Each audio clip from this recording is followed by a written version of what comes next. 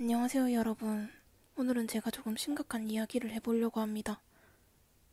지사츠 들어본 적 있습니까? 일본어로 자살이라는 말입니다. 한국인은 힘들 때, 오늘 너무 일이 힘들었어. 완전 죽고 싶다. 또는, 귀여워 죽어. 라든지, 이런 말을 흔히 하지만, 일본은 죽음이라는 말을 절대 함부로 하지 않습니다. 스스로 한계에 부딪히면서 자살을 하고 싶다는 생각을 이렇게 진지하게 해본 적은 처음입니다. 제가 밤과 아침마다 너무 울어서 옆집에서 찾아오고 경찰이 3번이나 집으로 오고 한국 경찰은 조금만 사건이 터져도 경찰이 출동하지만 일본 경찰은 조금 다릅니다. 진짜 사건이 터지거나 탐문 수사나 극강의 조사가 필요할 때만 경찰이 출동합니다.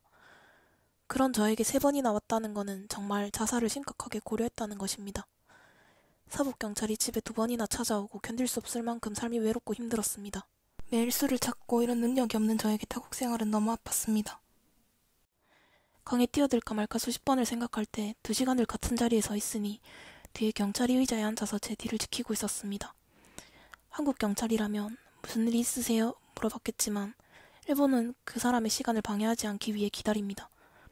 죄송스러워서 알아차렸을 때 금방 그 자리를 피했지만 그만큼 죽고 싶었다.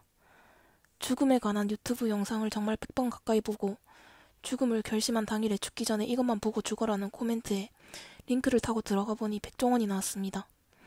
과거에 집착하지 마라. 너에게는 눈물도 사치다. 라는 말을 듣고 죽음이 눈앞에 다가오니 그 말이 그렇게 소름 끼칩디다. 악에 받쳐 매일 정신 돌아버릴 것 같았는데 그러면 죽음이 답인 줄 알았는데 정말 살고 싶은 사람은 악에 받쳐본 사람이다 라는 말을 듣고 소름이 돋았습니다. 멀리 있는 한국어 책방에 갔습니다. 13,000원짜리 책이 세금 포함하여 30,000원이 넘습니다. 죽고 싶은 사람은 없다. 나는 내가 잘 됐으면 좋겠다. 한국에서는 20,000원대지만 일본에서는 70,000원, 7,000엔 주고 삽니다. 공원 의자에 앉아서 목이 무는 줄 모르고 죽고 싶은 사람은 없다를 전부 읽었습니다. 다음날 맥도날드에 들어가 나는 내가 잘 되고 싶다 전부 읽었습니다. 그리고 저에게 약속을 합니다. 앞으로 보름의 기간을 준다. 그때까지 뭐라도 이뤄내지 못하면 그럼 죽어라. 죽음은 편하고 일어나는 건 죽음보다 힘들다. 저에게 데드라인을 주었습니다. 6월 17일부터 6월 27일. 제 생일은 22일. 이력서에서 만 25세에서 26세로 바꿔 적을 때 인생의 25%가 이렇게 힘들었다면 이제 죽어도 여한이 없다. 이제 연수가 끝날 만큼 힘들었다. 어제 저녁 11시에 하천으로 갑니다. 내일은 내 생일인데 앞으로 일주일 남았다. 뭐라도 해야 되고 뭐라도 돼야 될 텐데 나는 아무것도 할 수 없는 몸뚱아리다. 사람들은 무슨 일을 할 때 그 일이 얼마나 어려운지 설명한다. 그 일을 실패했을 때 못난 사람이 되지 않기 위해서. 그런 구질구질한 것도 싫었습니다. 그래서 죽음을 생각했습니다. 젊은데 무슨 자살이냐. 사람의 힘든 무게는 가늠할 수 없을 만큼 자신을 견딜 수 없을 때도 있습니다. 그때가 바로 지금이었습니다. 저는 보름을 정말 연소가 끝났다라고 생각할 만큼 열심히 살아보기로 합니다. 17일부터 시작이었습니다. 열심히 살아보고 후회 없이 죽기. 먼저 집에 고장난 물건부터 고쳤습니다. 집주인에게 민폐를 끼치지 않기 위해서 빨래방에 가서 이불과 매트를 세탁하기 위해서 코인을 넣습니다. 아무렇지 않게 친구와 생일 파티 약속을 레스토랑에 잡습니다. 선물을 기대하라는 친구의 부푼 마음을 라인으로 전달받습니다. 빨래방에 가니 망할 세탁기는 고장이 났는지 작동이 되지 않아 곤란하게 되었습니다. 적혀있는 고객센터에 전화를 합니다. 경화가 많아서 무슨 소리인지 모르겠습니다. 옆에 앉아있던 아주머니가 본인을 바꿔달라고 합니다.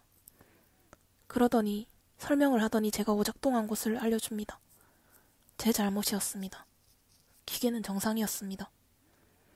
한자를 필기하라고 순서를 필기하라고 합니다. 다음에 코인 세탁기를 쓸 때 실수하지 않으면 된다고 말씀하시면서 과일 주스를 사주시고 가십니다. 속으로 다음은 없다고 생각했으나 죄송스러운 마음에 노트에 받아 적습니다. 고장난 세탁기를 고치기 위해 집주인에게 세탁기 업체를 불러달라고 요청을 합니다. 어차피 돈에 여한도 없는 저에게 돈을 다발로 준비하고 카드를 준비하고 수리기사님을 기다립니다. 그런데 오늘 기계 고장이 아니라 제가 무게 4.5kg를 넘겨서 앞으로 다시는 무게를 넘지 마라 라는 경고였습니다. 기사님이 말씀하십니다. 오늘은 무료로 출장비 없이 그냥 돌아가겠지만 다음부터는 이런 실수 없게 잘 부탁드립니다. 속으로 다음은 없다고 생각했습니다. 죄송합니다. 조심하겠습니다. 실례가 많았습니다. 비 오는데 조심히 돌아가십시오. 그런데 왜 자꾸 나는 다음부터 조심하겠다는 말이 습관처럼 나오는지, 제 마음은 살고 싶은 건지 죽고 싶은 건지 모든 것에 의미 부여가 될 때쯤 전화 한 통이 왔습니다. 씨, 회사 합격입니다. 이번 주 금요일 인감 그리고 근무 스타트 시간을 생각해 오시고 여권 비자를 들고 오는 것 잊지 마십시오. 이게 제가 죽기로 생각한 데드라인이 일주일 안 된 일들입니다. 작심 3일이라고 했습니다. 작심 보름 만에 정말 죽기 전에 연소할 만큼 살아보자는 마음으로 임했더니 오늘 생일은 내가 살 수 있는 희망을 가지게 한 26살이 되었습니다. 반년을 힘들고 죽고 싶었는데 이 보름 동안 저는 너무 많이 바뀐 것 같습니다. 이런 저에게 가당치도 않은 기쁜 일들이 와줘서 저는 정말 감사하고 또 감사합니다. 들어주셔서 감사합니다. 추가로 오늘 바이토 면접도 봤는데 바이토 면접도 합격됐습니다. 바이토 면접, 회사 면접 전부 합격했습니다. 이상입니다. 감사합니다.